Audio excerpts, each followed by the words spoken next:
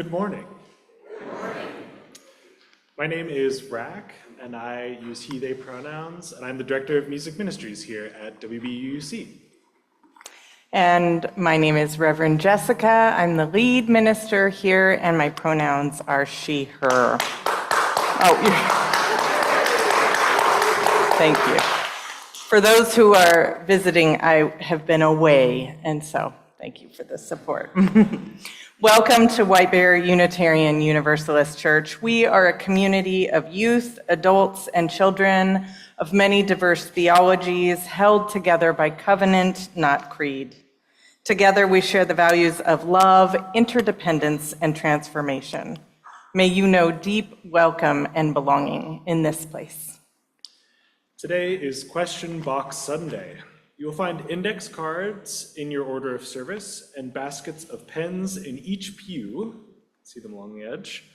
Pass those pens along to the rest of your row so everyone has something to write with. You are invited to write a question down for Reverend Jessica to answer, and they will be answered throughout the service. We will collect the first collection will happen during the open hymn, and the second and final collection will be during the offertory. So think about writing earlier in the service rather than later. If you are watching online, you can also place your questions in the chat box prior to the offertory. To share a request for today's meditation, please place it in the chat box before the opening hymn or add it to our meditation bowl, which is in our Soulworks Center. And we bid this morning a warm welcome to any visitors. We're so glad you're here. And let's give a wave to everybody watching online. And if you're visiting with children today, you're invited to share in the service with them or accompany them to Kids Club after the time for all ages. In announcements, Rack, we have a super exciting announcement today. That's right. We have someone to welcome here. Nick. Where's Nick? Oh, couldn't even see you. There's Nick. Nick is our new interim director of religious education. Welcome, Nick Kaplan.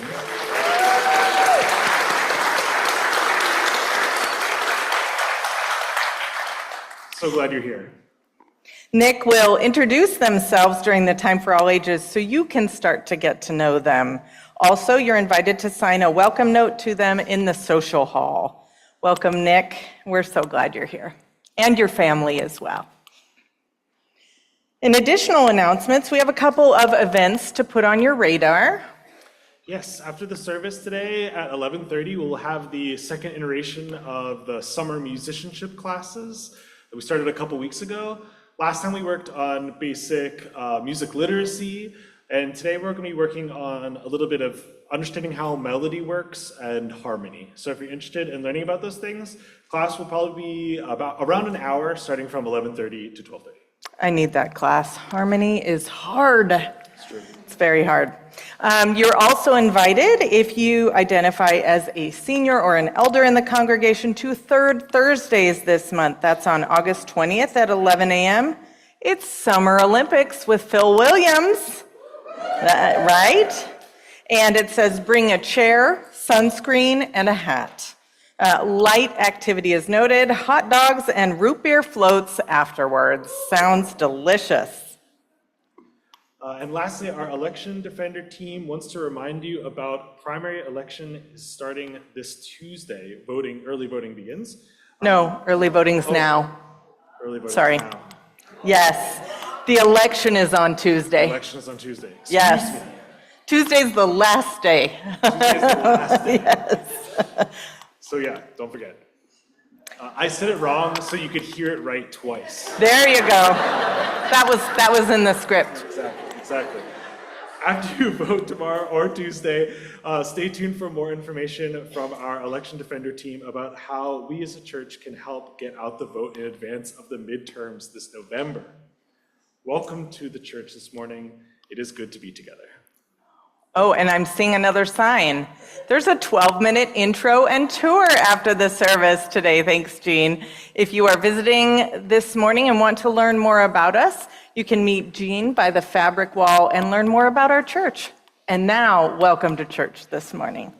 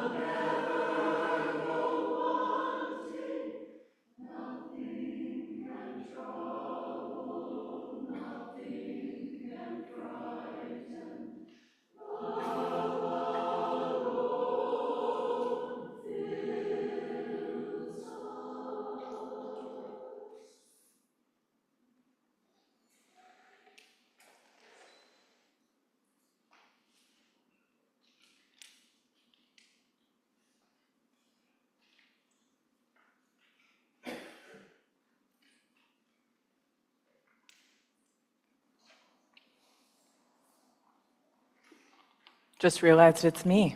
It's not someone else. If you know the words to our call to worship, which we say every Sunday, I invite you to join me in them. Come in. Come into this place which we make holy by our presence. Come in with all your vulnerabilities and strengths, fears and anxieties, loves and hopes. For here you need not hide nor pretend, nor be anything other than who you are and who you are called to be. Come into this place where we can touch and be touched, heal and be healed, forgive and be forgiven. Come into this place where the ordinary is sanctified, the human is celebrated, the compassionate is expected. Come into this place. And if you didn't know the words to that, just act like we were all saying it just to you.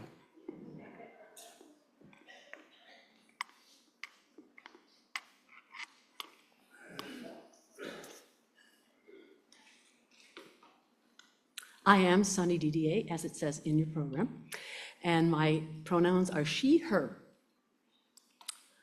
I've offered the same Dining for Dollars event for 2 years, with the clever title, Snackin' and Yakkin' in the Screenhouse with Sunny. Be sure to put a high bid in and get your place next year. Today's question box opportunity with Reverend Jessica brings to mind the things my guest taught me during our time together in the Screenhouse. Prior to this event, I think of 6 questions in 3 categories. Low risk, like, if you could only eat 1 snack for the rest of your life, what would you eat? Moderate risk, like, what's your biggest pet peeve, and what do you do when it's triggered? High risk, like, what things, positive and negative, did your teachers say about you? And are any of them still true? I type the questions out on strips of paper and helpfully color code them so my guest can decide at which level of risk they wish to share. After one person answers the questions they chose, the rest of the group has a chance to answer the question if they'd like to. Much to my surprise, the questions in the low and moderate risk categories languished in the jar. Each person, in turn, chose the color indicating a high-risk question. And even given a choice, everyone else chose to answer the question too. My takeaway for next year, ditch the low and moderate risk questions. Maybe it's a you thing, or maybe it's that everyone who came to this gathering was of a certain vintage. And in that vintage, we are ripe for meaningful conversations. Whatever it is, no one wanted to waste any time on the fun questions, or even the moderately risky questions. Everyone chose to share the most vulnerable parts of themselves and listen to what the others had to share. This made for rich conversations and deeper connections with each other. The warmth and expansiveness that talking about things that require a measure of self-revelation creates a connection that chit-chat just can't. So lately, I've taken a different tack when I meet people for the first time. Instead of asking, "And what do you do for a living?" I ask what they love or don't love about their work. It's been an interesting experience to see how the majority of people respond when I kind of upset the norm. But it's been a positive experience, at least for me, because it makes it a lot more interesting. This morning, I light the chalice to celebrate the risks we're willing to take to reveal ourselves and perhaps get to know each other more meaningfully.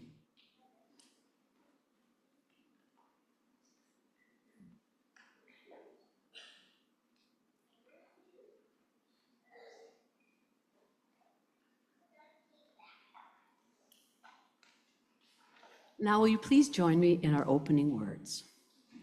Love is the spirit of this church, and service is its law. This is our great covenant, to dwell together in peace, to seek the truth in love, and to help one another. Please rise in body or spirit for our opening hymn number 188 in the gray hymnal, Come, Come, Whoever You Are. And some of you may know the descant that is not in the hymnal, though you've broken your vows 1,000 times, though you've broken your vows 1,000 times. You can feel free to sing that as well.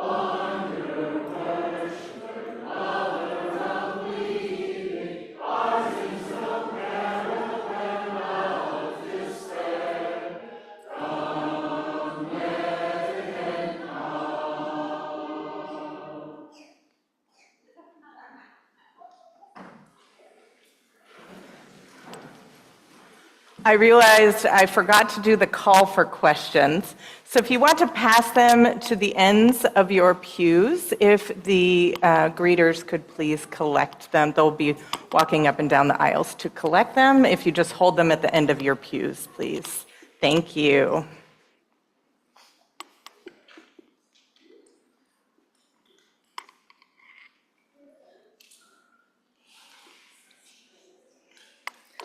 Good morning. Good morning. My name is Nick Kaplan. My pronouns are they, them, and I am so incredibly grateful to get to introduce myself to you as your interim director of religious education.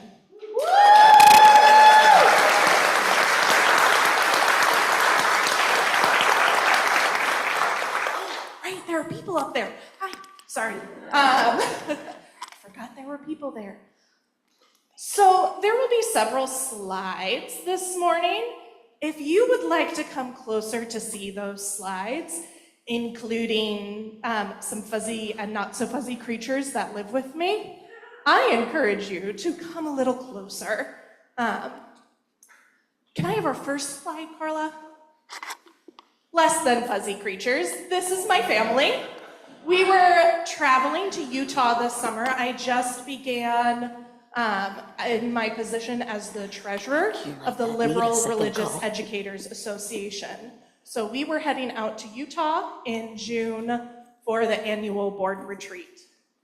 So that's us on our very long road trip. Can I have our next slide? Thank you. We're a group of geeks. And that is something that doesn't necessarily come up in conversation quickly.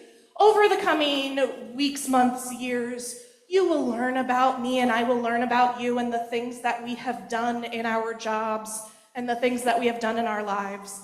But something that is very near and dear to my heart is how geeky my family and I are. So there we are at a local thank you, Salt Lake City. I looked at my spouse because I suddenly forgot where I was. We were in Salt Lake City, so of course we had to visit the game store. Our game closet from a few years ago is pictured there, as are some of the characters' previous animals in our lives have been named after. And now, I know we're doing a question box today. I'm going to ask you some questions and see where some fellow geeks are in all of you. Can I have the next slide? So these two pictures are a hint of the first animal's name I'm going to show you. Other than my family, does anybody know the first animal's name? Oh, Scout is a great guess.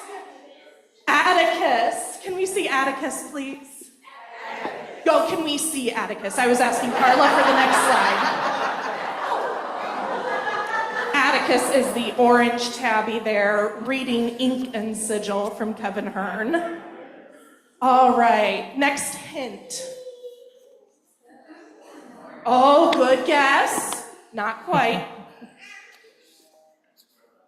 It's not Storm. This one's a little more obscure. It is X-Men. This is Aurora, not to be confused with Aurora or Storm. But this is Aurora. Can we see Aurora, the animal? That's Aurora, our tuxedo with the perfect mustache. She cracks me up. Our next clue slide, please. Oh, Sunny's a great guess. It's not Sunny. It's not Sunny. That's not Sunny's book. It's somebody else's book. Oh, I see our Wings of Fire friends in the audience, in the congregation going, who is that? That's Keebly. Can we see Keebly? That's Keebly, our leopard gecko. Can we have our next clue slide, please? All right. Guesses from this Disney franchise. Does anybody know this character? I'm seeing lots of no's. This is from the Zombies franchise. Any Zombies fans? No? No. This is Wyatt, who is a werewolf. Can we see our Wyatt, please? He's our fuzzy little Muppet and my shadow. Our next clue, please. Oh, Hamlet's a great guess. I have previously had Hamlet characters before. Oh, everyone's going literary now. I'm loving that. Do you see what this pig happens to have? It has a backpack. They do, with flames coming out the bottom of the backpack. Rocket Pig is a great guess. That's the right track. You are on the right. Jet Pig! Can we see Jet and Pig, please? Jet and Pig are our axolotls who came to live with me at my last congregation. Pig is smaller, but actually the older axolotl. And there they are there. So those are some of the things in this world that are very near and dear to my heart. And I so look forward to getting to know all of the things near and dear to your hearts. We've reached the end of my zoo, sadly. Gotta look for my spouse on that, sadly. I've reached the end of my zoo at the end of my slides, which means that it's the time in our service where we sing, Go lift it up. Go lift it up. Thank you. As we sing our kids out to Kids Club. Great job.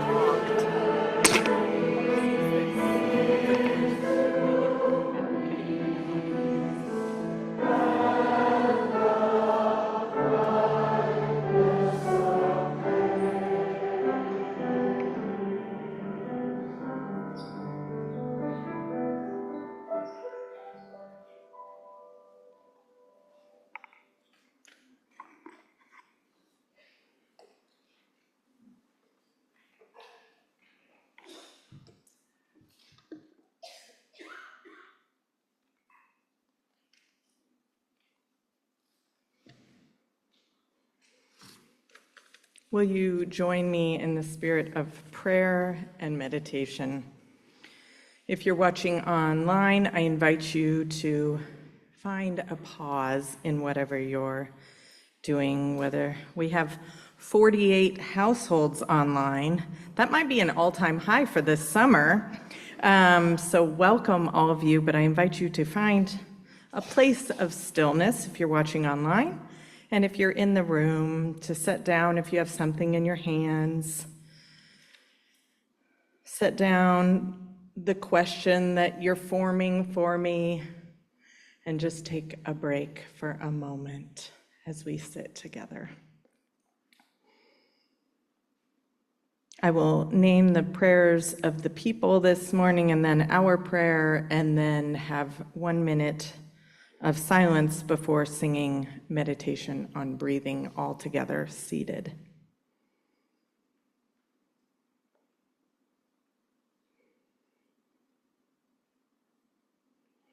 This morning, we hold those who are struggling, including the unhoused in St. Paul who've just experienced a major disruption and face another in the next month. The community is still building a coalition to support this immediate need as well as future needs. We hold all in care who are affected, and we know that we are affected too because we are all bound up together. We send healing thoughts to someone's niece, Megan, a young mother who had a double mastectomy and a long road ahead, holding Megan's children, family, and friends in deep care. And now you're invited to name the sorrows on your heart or those you would like to lift into prayer this morning.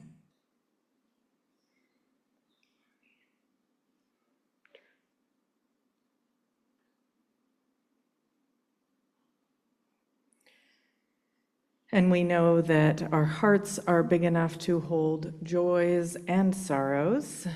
We hold joy for our previous intern, Kaz Burr, who has a new position. Yes, very exciting, at First Universalist as their Community Connections Coordinator. So we wish Kaz many blessings.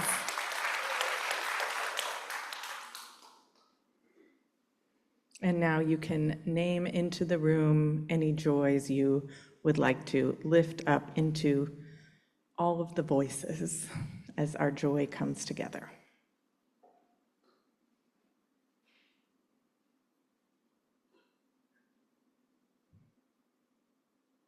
Will you join me in prayer?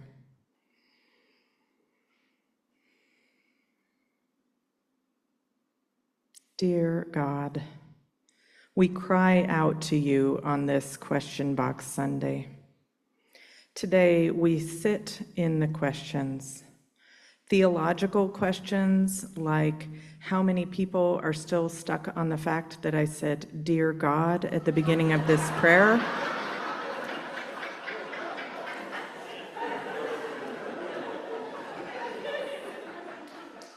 And deeper questions of how are we going to survive what's happening to our planet and our country, what's happening to humanity. We sit in the questions with you, Holy One, because though we have different theologies, all of them center on love. So if God is love, help us to turn towards that love in the midst of the uncertainty. In a world that calls us to be certain all the time, help us to sit with what it means to not know, to not have perfection or even progress at our doorstep, to glance out at an unknown future and still choose each other and choose love in the midst of it all.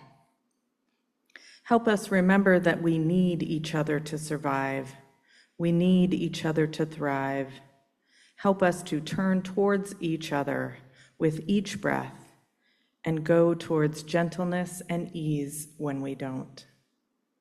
Help us to listen to the cries of the world and find people with whom we can share our own pain and remind us that beauty is still present even in the midst of it all.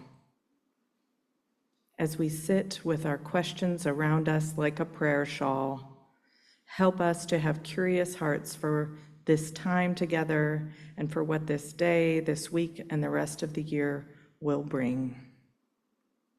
And help us to remember that whatever it brings, we still have each other. Amen.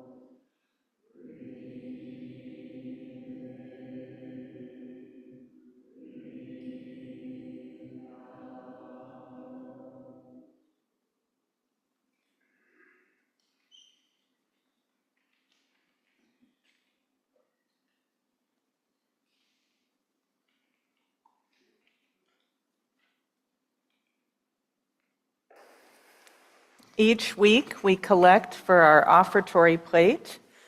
Some weeks, the collection goes out the door to an organization chosen by our social action committee, and some weeks it stays here and helps support our operating fund.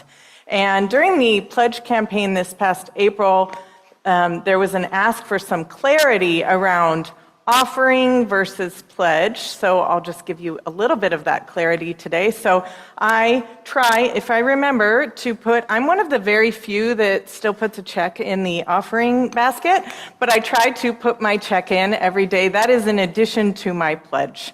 And so we, when we're building the budget, we set aside a certain amount for general, like offertory plate and other fundraiser, or not specific fundraisers, donations, things like that. We just try to track it based on previous years, and then we set a pledge amount.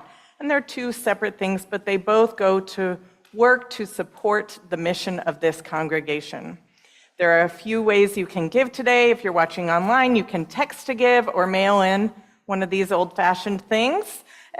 Or if you're in the room, you can write a check or place cash or text to give. The number will be on your screens. However you choose to give, we thank you for your generosity and your faith in this life that we live together. The offering will now be gratefully collected. Oh, and sorry, the last questions. So if you have a question in your hand that you've been wanting to share, please pass it to the end of your pew and or put it in the basket as it goes by, and the greeters will take those.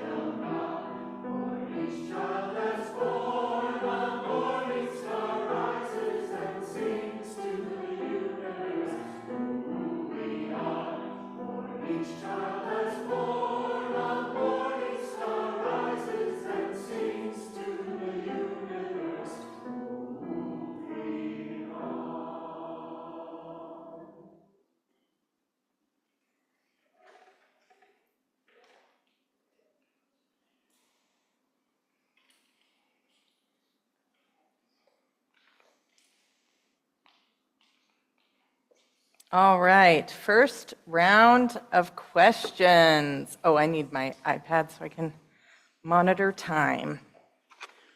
Okay.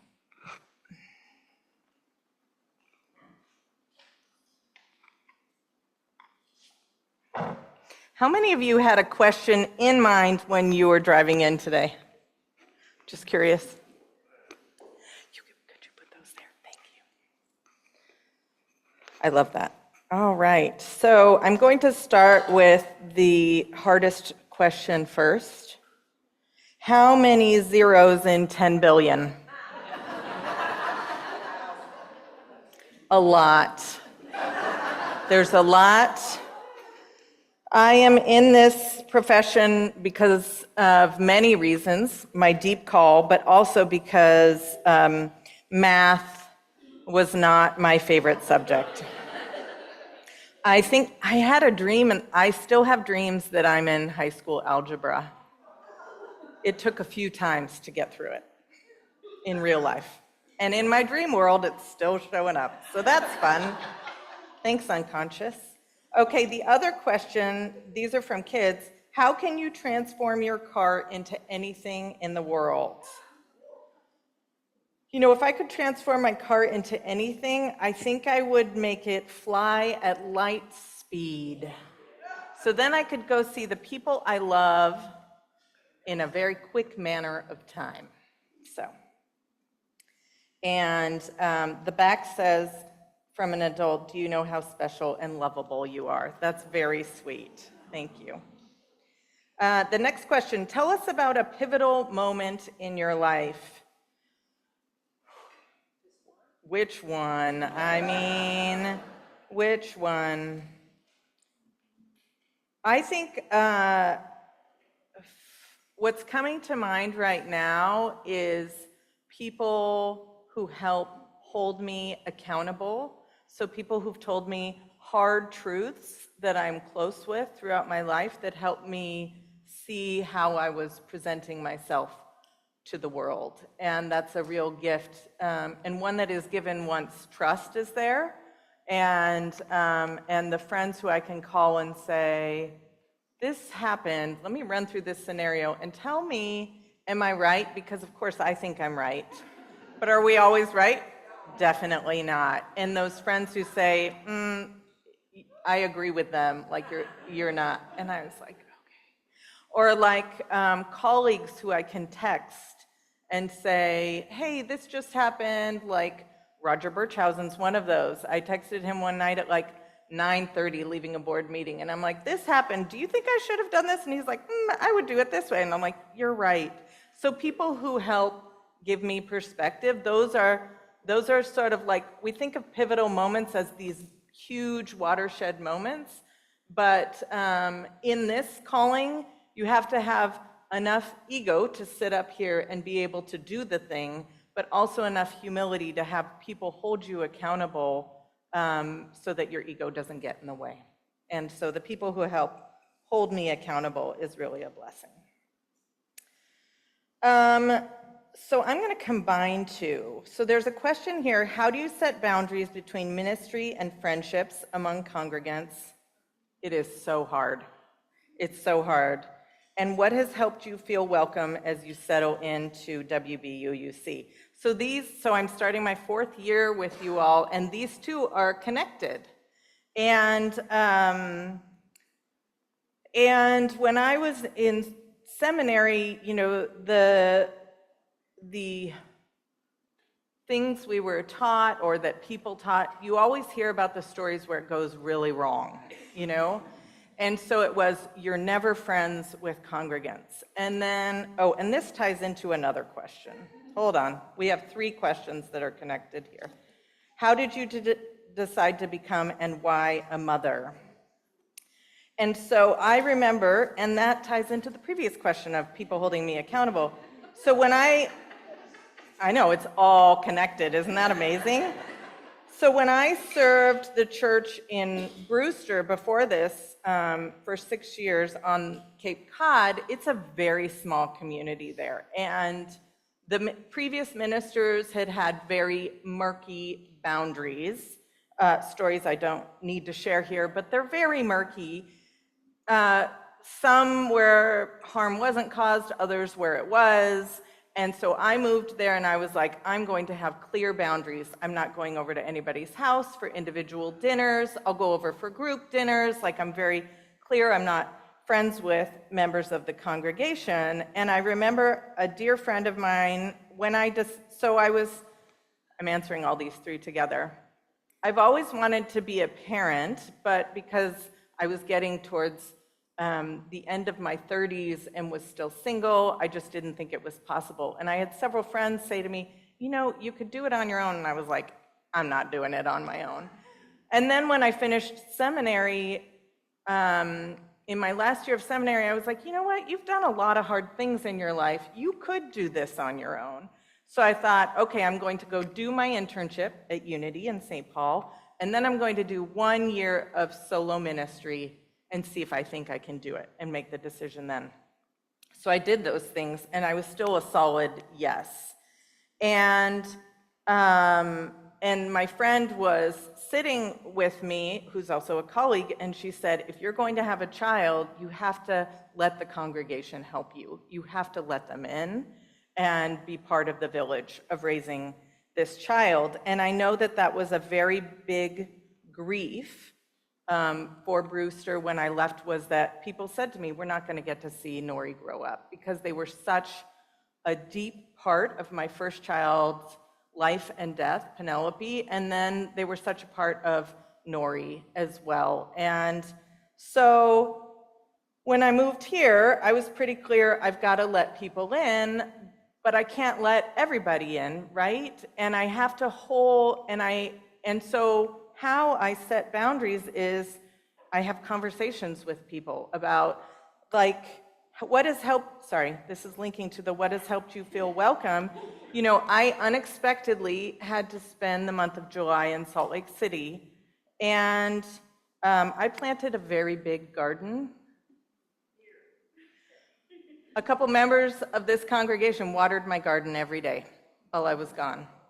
And other members mowed my lawn. And so I appreciate that. I hate having needs. Anyone else hate having needs? The worst, right? But how are we going to get through life if not with each other and if not letting people help? And when I had my surgery at the end of May, members of this congregation cooked meals for me. They were delicious.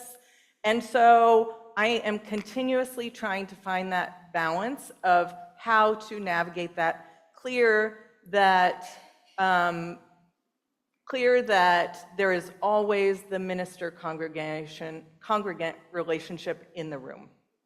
And trying to do things as ethically as possible. And part of that is having the friends that I can talk over these situations with. I talk about it with our district rep as well, so that we're all in communication, so that nothing is secret, because when secrets start being held, that's when you get into problematic waters. Oh, am I on time? Okay, we've got 2 minutes. What's one of your guilty pleasures? I mean, I don't feel that guilty about it, but I love reality TV. I love to just put on the TV and not have to think about whatever's on. I don't like it if there's too much fighting. I can't handle that. Also, I used to really love like reality dating shows, and now they're all like young enough to be my children, so I don't watch those anymore because it just feels kind of weird. But I love, like right now I'm watching Big Brother. It's just like having something on in the background when I'm replying to emails and such. I'm really trying to balance that work-life balance. And this, I feel like 2026, the email balance has been off. But I try to preserve the time when I pick up my daughter from school and when she goes to bed for not working, which means I'm often sending emails at night where I otherwise would have been till a regular working hour. When you aren't preaching on Sunday, do you watch live on Zoom or are you in day off mode? Both. Yeah, both. If I'm really on vacation, I don't watch, because if I'm watching, I'm in work mode. I'm like, that sorrow got mentioned. I should send, like, I can't just turn it off. I do watch after the fact, like I watched Reverend Jim's from last week. That was delightful. And I told one of you I was on the phone with this week to watch it because I just thought it was so good. So, and when Kaz was preaching, I try to catch his. I don't always watch Reverend Jack's. He does watch, but I want us to get a podcast of just the sermons, because that would be like, I could do that, while out on a neighborhood walk or something like that. Okay, I am at time. Here we go. What are 2 things, one positive and one negative, Nori would tell us about you?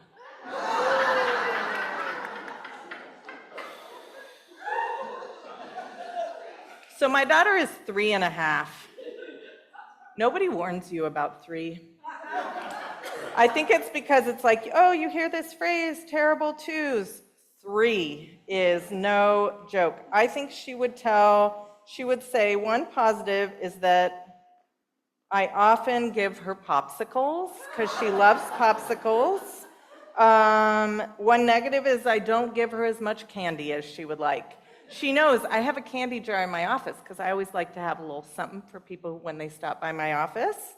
And so it's like Pavlov. She comes into my office and she's like, candy? And this morning I'm like, no. And then she wouldn't go to the nursery. I'm like, fine, here's a piece of chocolate. So there you go. There you go. But I am trying to do, the biggest thing is I'm trying to tell her, and I have told her repeatedly since she was born, that she is loved beyond measure every day.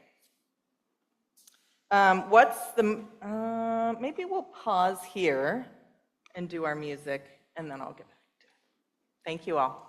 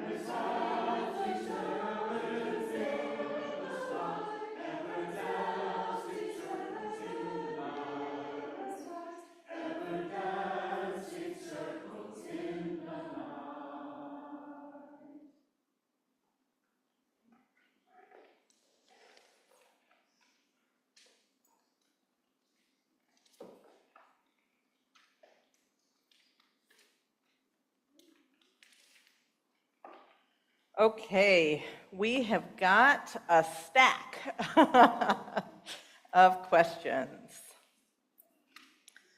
Let's see here. All right. As church members, do we pay to use the church for our own funeral?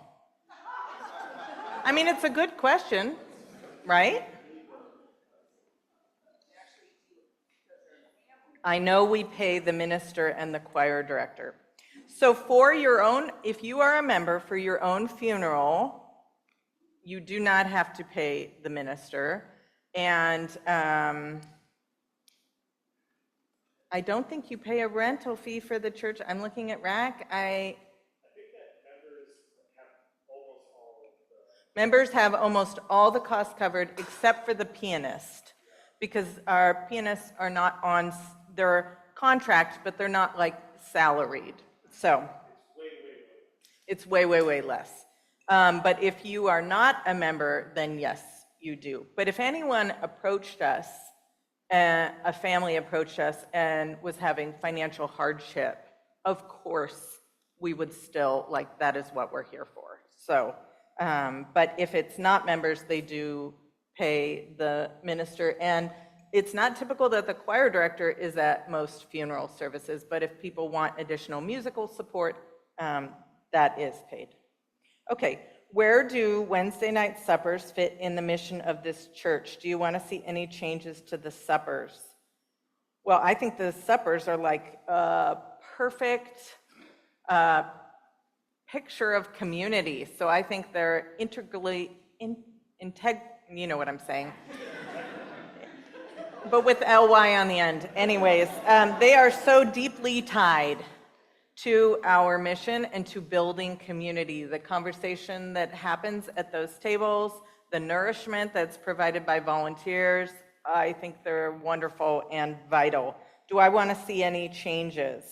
I want to see people who've never been to one come to one starting this fall after our In Gathering Sunday.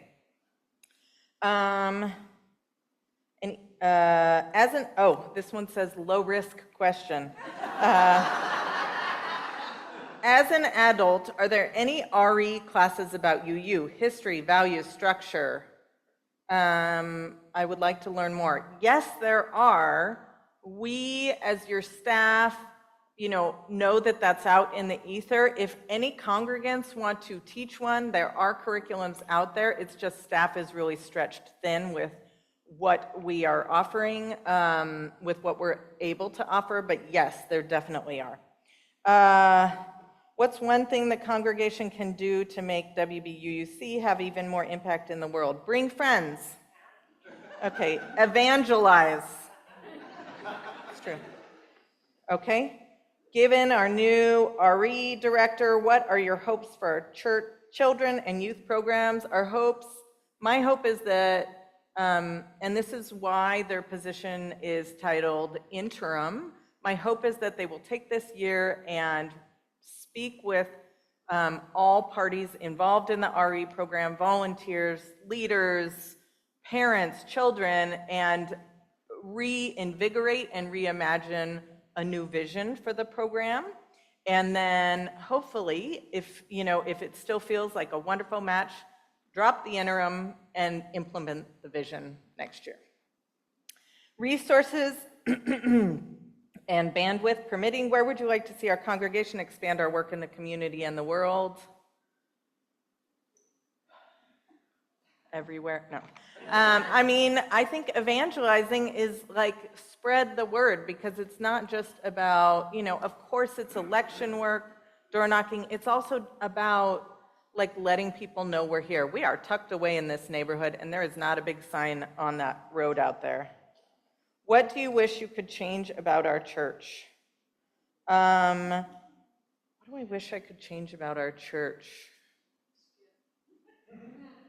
I wish that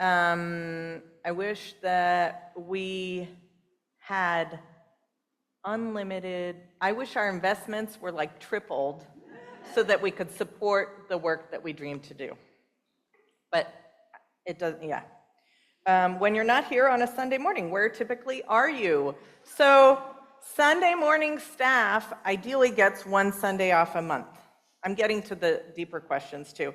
And so we try to give all Sunday morning staff one Sunday off a month. Sometimes I'll be traveling. Other times I'm at home walking Nori to any number of parks in our neighborhood. So sometimes we are at UU events, things like that. Okay, I'm going to keep going. What are some spiritual practices done by staff as individuals or as staff, or any suggestions of spiritual websites or books?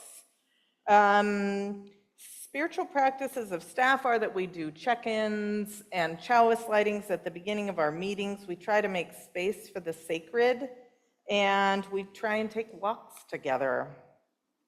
For the spiritual websites or books, send me an email, because I can't. My favorite one that I regularly hand out is Pema Chodron's Living Beautifully with Uncertainty and Change. It's a blue book. It's amazing. I'm disappointed that this community couldn't meet our financial goal this year. What do other UU churches do to meet theirs? Sometimes they'll have a second collection halfway through the year to meet theirs, and sometimes they'll do additional fundraisers. What's the most annoying question church members ask you over and over again? What do you all think? I think that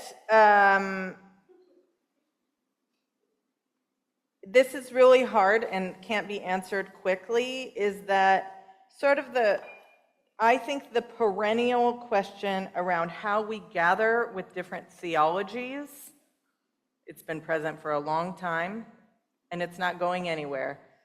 And so that is the one that we keep having, but the root of it is the deep pain that people bring, and the pain of living under white Christian nationalism in our country.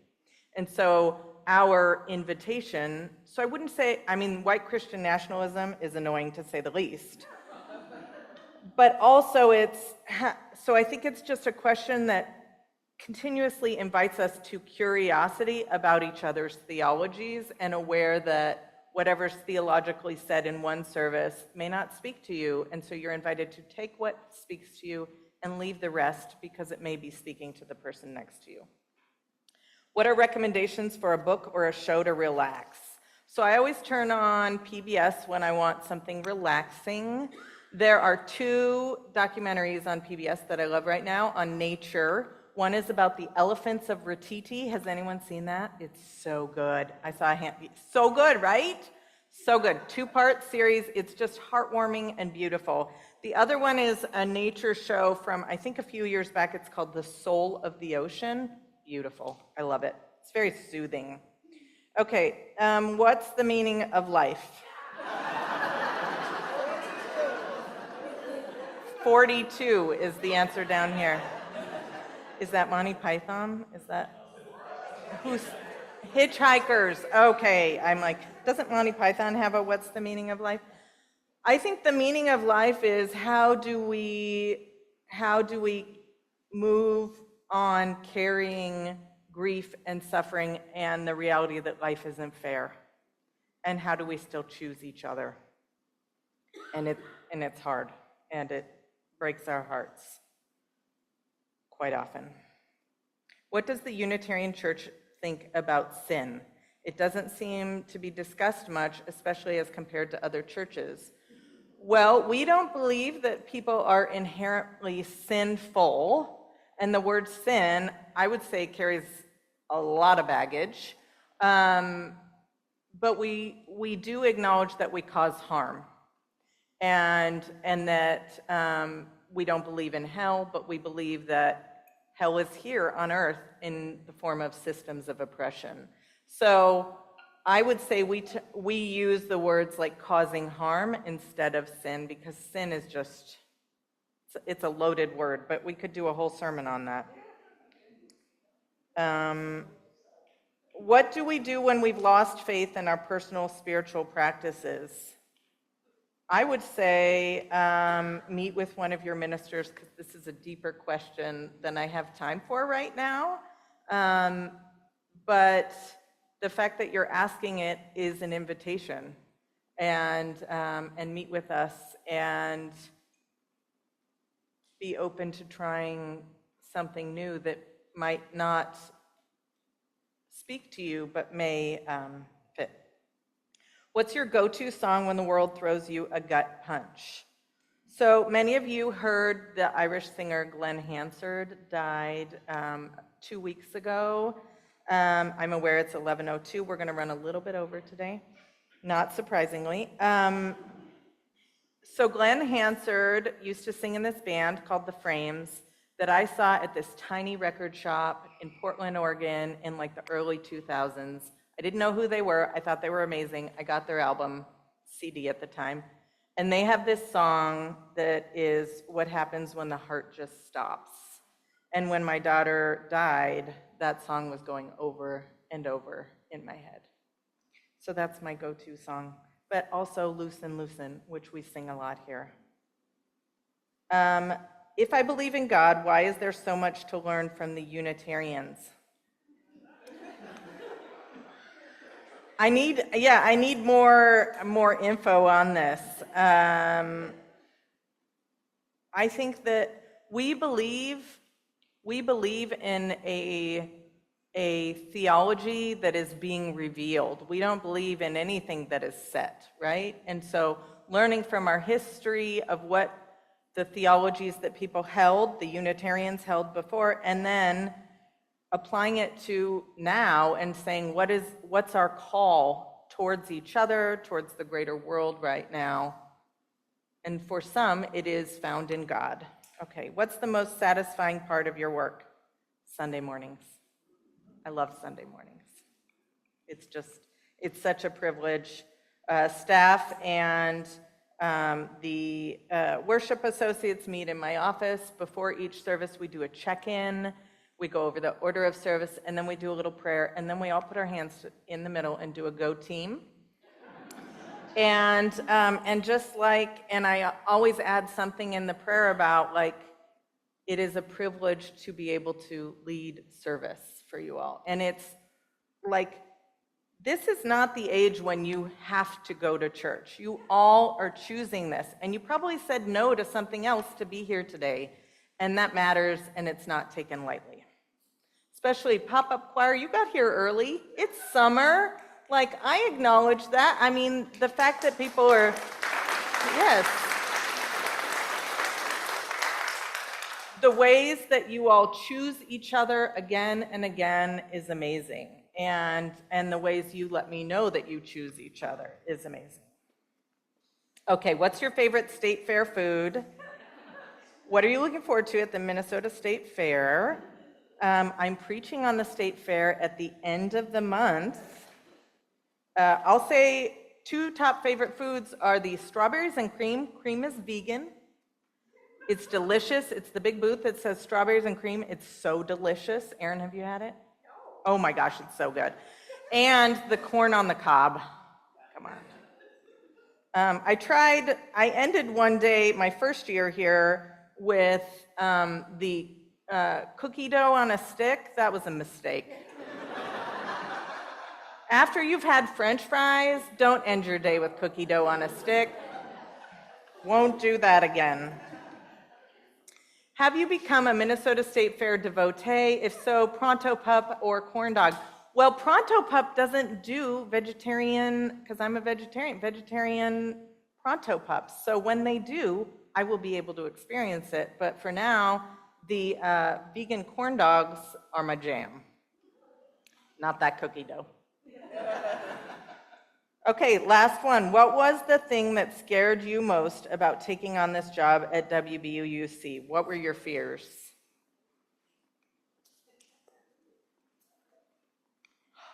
You know, it's no small thing to follow your previous long-term minister, who's amazing and just such a solid human being, solid minister, and a gifted writer. So my fear was that nobody would come to church.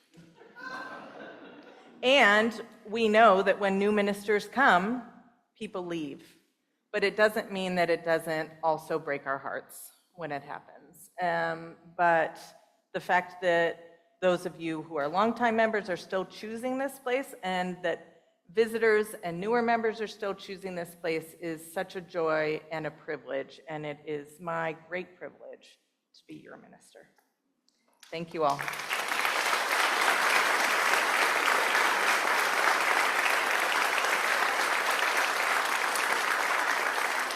Will you please rise in body or spirit for our closing hymn, number 128, For All That Is Our Life.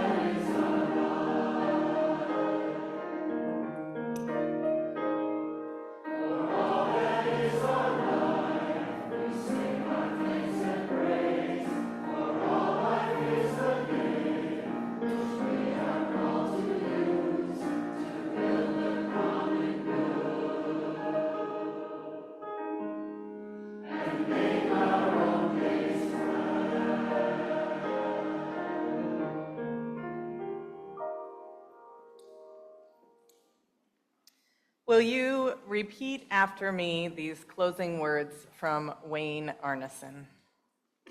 Take courage, friends. Take courage, friends. The way is often hard. The way is often hard. The path is never clear. The path is never clear. And the stakes are very high.